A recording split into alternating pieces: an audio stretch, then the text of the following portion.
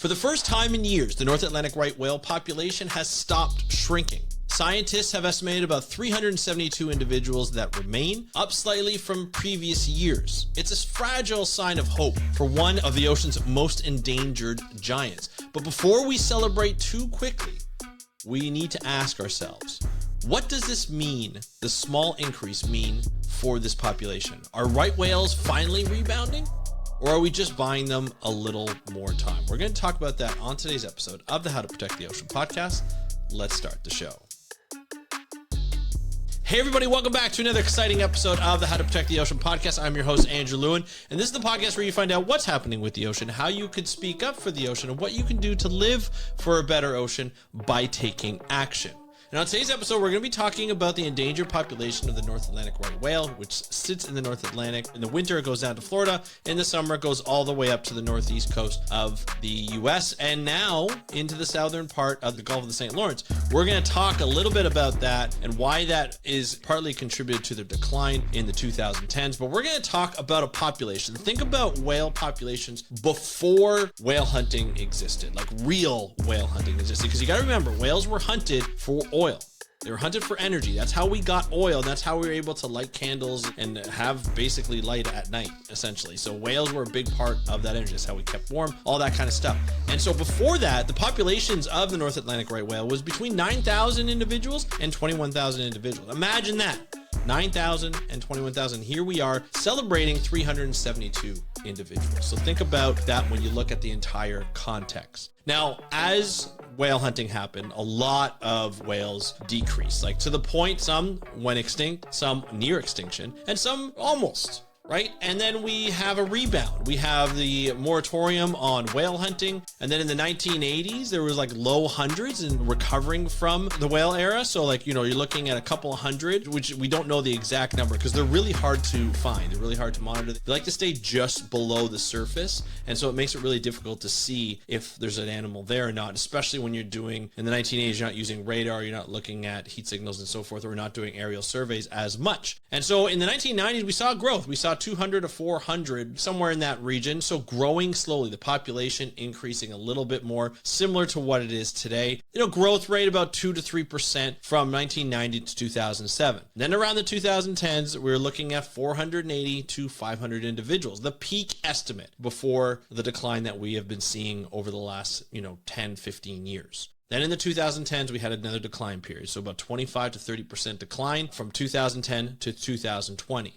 Essentially going down to below, the 350s, right? And that's obviously not good. And the reason that happened is we started to see a shift in the population. Now, before we go that, let's talk about why these animals are declining. When the decline happened pre-1980s during the whale hunting, it was whale hunting. That's what was killing these animals. Now, between 2010 and 2020, it was a decline due to two things. It was ship strikes, or it was traps, like got caught in lines because of lobster traps, crab pot traps, whatever it might be. These are fishing devices that were getting bottom dwellers, bottom invertebrates like crabs and lobsters and such. And so what happens is they take these pots, right, these traps, they stick lines to them, and then they put them in the water and they sink them.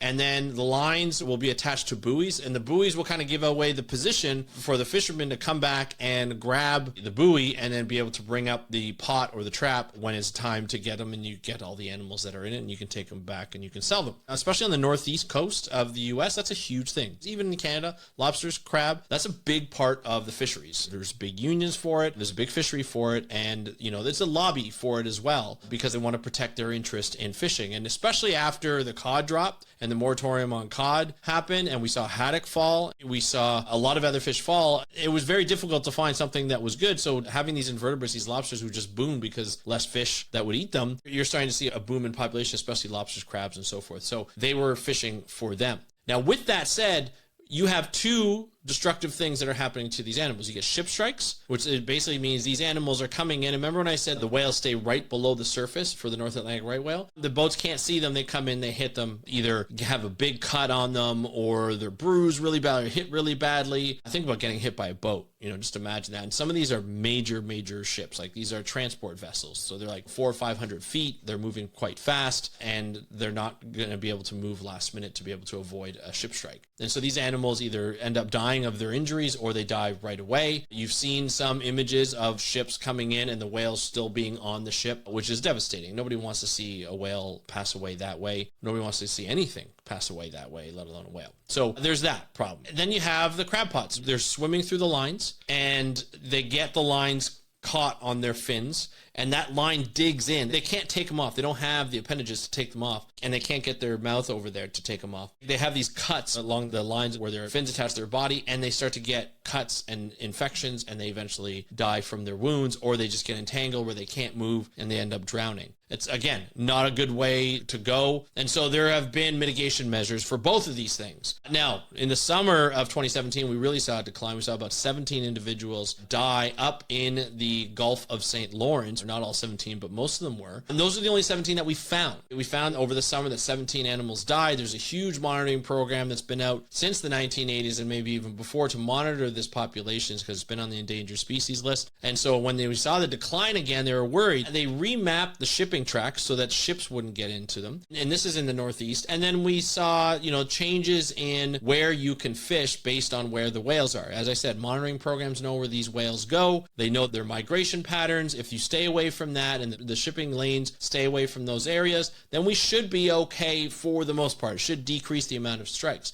In 2017, though, we saw a shift in the migration and the distribution of these whales into the Gulf of St. Lawrence, where these animals started to pop up. Now, with that said, these ships were not ready for these animals to pop up. They're moving at 20 knots. And when you're in these shipping lanes or you're in these areas where these animals are supposed to be, the North Atlantic right whales, you should go down to about 10 knots. And so before we even discovered that there were a good number of these animals, a few got tangled in crab pots or lobster lines, unfortunately. And so they weren't ready for that from a management perspective. So mitigations went in temporarily, and we saw a decrease of these strikes and these entanglements that we discovered. You have to remember that a lot of these North Atlantic right whales, we don't see what they could be. So just as much as the estimates could be low, or the fact that there could be a higher death rate, also back before 2010 when we saw the 480, 500 numbers, there could have been more, we just didn't see them. They're a little bit elusive when it comes to a massive animal, believe it or not. And so it's difficult to find out how much there actually are, but we kind of know the overall trend, and we've hit the low point in the early 220s around 356 to 358. With new studies, we're starting to see that this population is up a little bit, slightly, to 372. We've seen a slight increase. Doesn't mean that the population is rebounding. It just means what we're doing in terms of mitigation works right now, for now.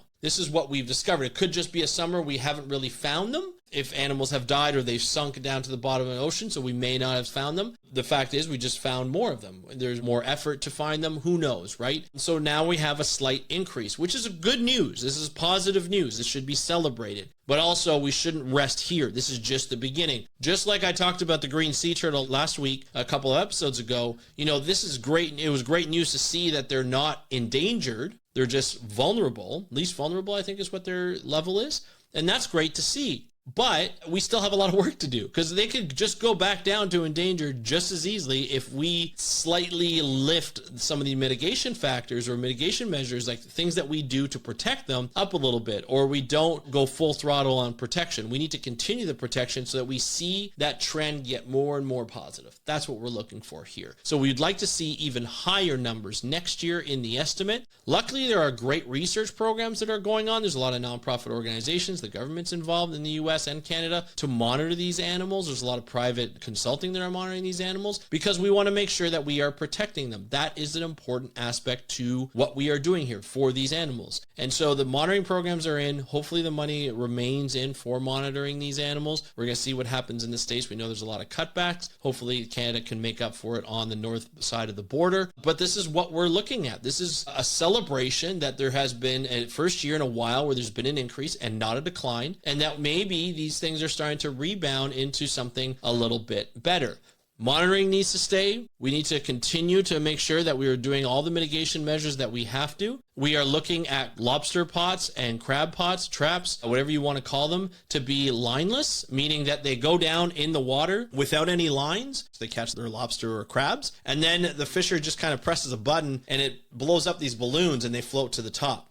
Is it perfect? No. But is it starting to get better and better? The technology is starting to get better and better? Yes. And we're starting to see more experiments and more fishers are getting involved and trying these things. Now, I know the initial experiments didn't go the way the fishers want. It's very difficult. Sometimes they didn't work and all that kind of stuff. But as we continue to improve the technology, we'll get better and better, and hopefully we'll never need lines again, and we don't have to worry about entanglement for a lot of these whales and other animals like sea turtles and so forth, and we'll see better protections with those and increase fishing yields if that's needed, hopefully managed well, but provide the fishers with the income that they need to survive. That's essentially what we're looking here for, the better compromise. So we can mitigate shipping lanes, we can change those up as we need, but we also need the monitoring, because climate change is one of the factors in changing the distribution of these whales. We're going to see that in fish. We're going to see that in plankton, which is why probably these animals, these North Atlantic right whales, have probably shifted north, because the plankton have shifted north and what they like to eat. And so we're going to see animals shift, and we need to continue monitoring that so that we can mitigate any kind of disasters, like a disastrous summer from 2017. We don't want a repeat of that. So we have to act fast. We have to adapt to the distribution.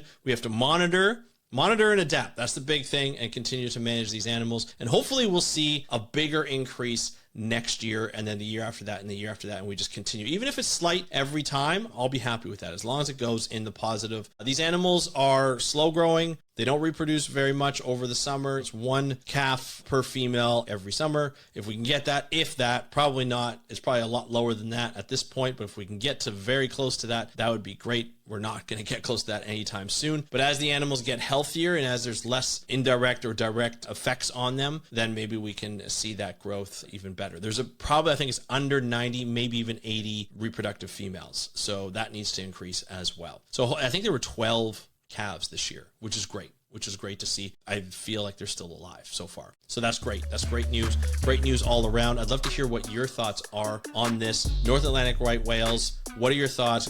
Big increase or slight increase? What do you think we're going to see next year? I would love to hear your thoughts. Let me know in the comments in the video below if you're watching this on YouTube, or if you're listening to this on your favorite podcast app. You can go to speakupforblue.com/contact. I just fill out the form. It goes right to my email. I'd love to hear from you. Or you can just DM me on Instagram at How to Protect the Ocean. That's at How to Protect the Ocean. I want to thank you so much for joining me on today's episode of the How to Protect the Ocean podcast. I'm your host, Andrew Lewin, from the True North Strong and Free. Have a great day. We'll talk to you next time, and happy conservation.